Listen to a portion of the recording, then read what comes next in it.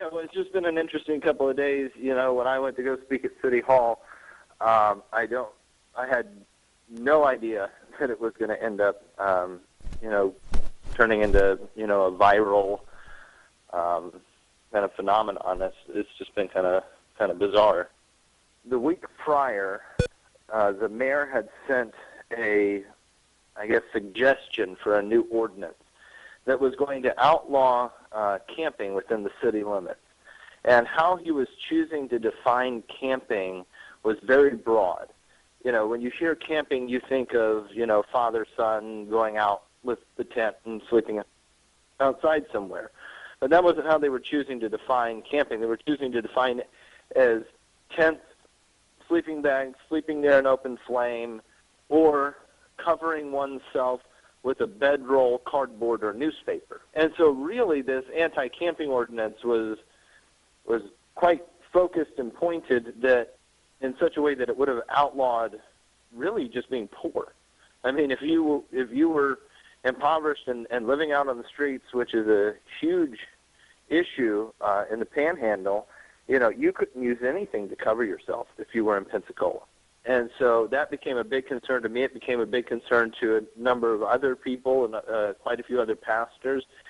And so we went to City Hall to address this issue. It became very clear, very quick, that the council president, Sam Hall, was not interested in hearing a lot of that discourse, unless you were just up there to say, I agree or disagree with the ordinance, and he had this sort of finite idea of what he thought you were allowed to talk on.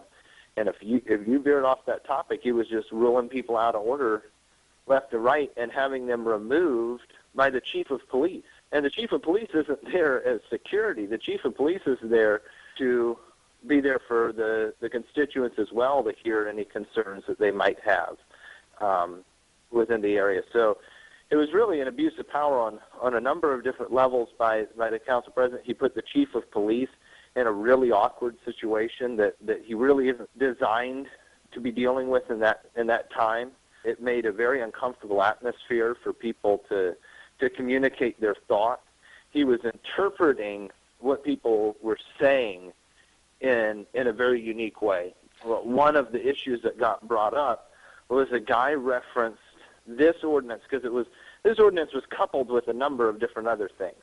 This ordinance was also coupled with a bathroom ordinance that was going to prevent, washing your face in a public restroom, things like that, And it came the week after the anti-panhandling ordinance came out. So it was just like, it seemed like this onslaught attack on poverty.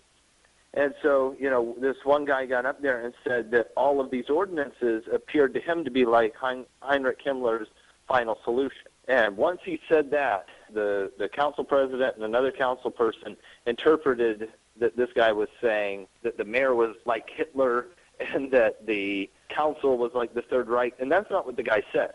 He just said that this eradication of the poor seemed similar, with a similar tone or mindset to the ideas to eradicate an entire people group. And so whether or not this guy was over the top in his estimation, that's one thing. But to limit him from being able to say it and to scold him for saying it, I thought was really over the top. And so that's sort of what happened at the Monday meeting that I was addressing, was that this perpetual limiting of people's speech and how that was being handled. And I would have never expected that the response would be, okay, well, let's limit his speech too. What's interesting is that the city has offered no solutions, and actually it wrote in the ordinance that the homeless would be directed to shelters. Well, one, I think is really interesting, the government recommending people to private institutions without creating a solution. That seems like a really bizarre, they weren't offering to help these groups that they're now sending all of these people to, and that just seemed really, really weird to me. Because, in Pensacola, for example, I think the last statistics that they took, they try and do a count of the homeless, and the last count had the homeless population between Pensacola and Santa Rosa as being, I think, anywhere between 1,500 and 3,000, which I know seems like a really large gap, but when you're trying to calculate a fluid group of people, it's a bit hard. But there's not enough shelter for that many people, even the low-end number. There's only enough shelter to accommodate maybe 400 or 500 people. You know, one of the things that was happening at the Monday meeting that was really upsetting is people were trying to offer solutions or trying to pinpoint, you know, what is the root of the problem. And that was one of the things he kept, you know, banging on the table about and saying, you know, we're not talking about solutions. We just want to know whether you like the ordinance or not. Well, that was one of the things that people were concerned about, is that the city wasn't offering an alternative. They weren't giving, okay, well, you can't sleep outside. We're concerned about you sleeping outside, but we're going to open up the Civic Center, or we're going to open up such and such place, you know, such and such school has closed down, and so you can go sleep in there. And so they weren't offering solutions, even though people from the community were trying to get that dialogue to take place. The ordinance came as a directive from the mayor's office, and that's been a point of contention for a lot of us here that often find ourselves addressing our local government, is that the mayor has, I think it's about 15 items listed as power and duty. And he is interpreting that as meaning that he could select which one of those items are his powers and which ones are his duties, even though the word "and" is a conjunctive. And so, you know, he's determined that he doesn't have to be present at the city hall meeting, the mayor has. And so, you know, he'll send his delegate or representative or whatever, you know, to come down and make these sort of blanket statements. And then if you try and communicate with his delegate, he comes back with, well, I can't tell you what the mayor's thinking on this issue. And so it's left a lot of people, you know, and up in the air, you know, not knowing what's going on. And Sam Hall has been a big supporter of the mayor and has been very frustrated with people when they call out, you know, and ask the question, where's the mayor? And that's something he addressed that Monday night, that Thursday night. He scolded people, asking them to stop asking where the mayor was. I have always been, first and foremost, a defender of people who don't have a voice, and so you're bound to step on. If you're fighting for the oppressed, you're bound to tick off the oppressor, and so that's going to be the reality. And so, you know, but for the most part, social justice has always been an integral part of both the Eastern and the Western Church.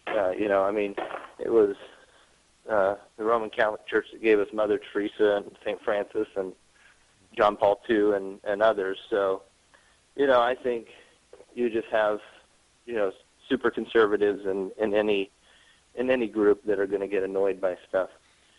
I felt really bad for the officers because this wasn't their fight, you know. They were being directed to do that by the council president, which, like I said earlier, I feel like he was putting them in an unfortunate situation. I mean, one of those officers that's standing there is the chief of police, Chip Simmons. And he's coming over there, and what he's saying to me is, you know, hey, Nathan, you know, can we talk about this, whatever, because I've known Chip for, you know, 3-4 years now. And, you know, he didn't want to have to be put in that situation because we're buddies. So, you know, it was very awkward. You know, it was very personal. It was very frustrating to be there because I knew I needed to stand my ground, but by standing my ground, I was also putting someone I consider a friend in a really awkward situation. So it was very hard. It was a very hard decision to make, and those were the types of things I was thinking about, you know. But on the other hand, I was thinking about people who have fought for our freedoms, our soldiers, or people like Dr. King or Rosa Parks and others like that. And I thought to myself, I was like, you know, if I stand down at this point, I'm dishonoring all that they fought for. And so no matter how awkward of a situation it put me or someone else in, I felt like it was extremely important to stand that ground to honor those people. Were you prepared to go to jail? Oh, sure. I mean, Jesus went to jail. And Paul wrote most of his epistles from jail. You know, I'd have been in decent company. It was actually 3 council people that stepped out. The two of them stepped out through the front door. One of them left chambers the typical way, went out through the back door, so he didn't get as noticed. But 3 council members walked out and came out and apologized to me, and told me that they were standing up for the Constitution. And I thought that was very powerful. The woman that spoke is Councilwoman Sherry Myers, and she has a long history, just like John Gerald, who is another one that walked out. They both have a long and very strong history in civil rights, dating back to the 60s, and so they weren't going to tolerate a repeat of that. I'm just trying to do what's right, I don't think that I'm important for doing what I did. I just did what I felt was right. The poor are in fear of arrest every single day, and it gets worse every single time one of these ordinances gets passed. And so, who would I have been? I would have been a coward to stand down, and so, but I don't think I did anything special. I think this thing's happening all over the place. And so, the real heroes are the poor that are being arrested all the time just for living, just for surviving, and nobody notices. The next council meeting is, I believe, January 12th or something like that. I got sitting there on my couch.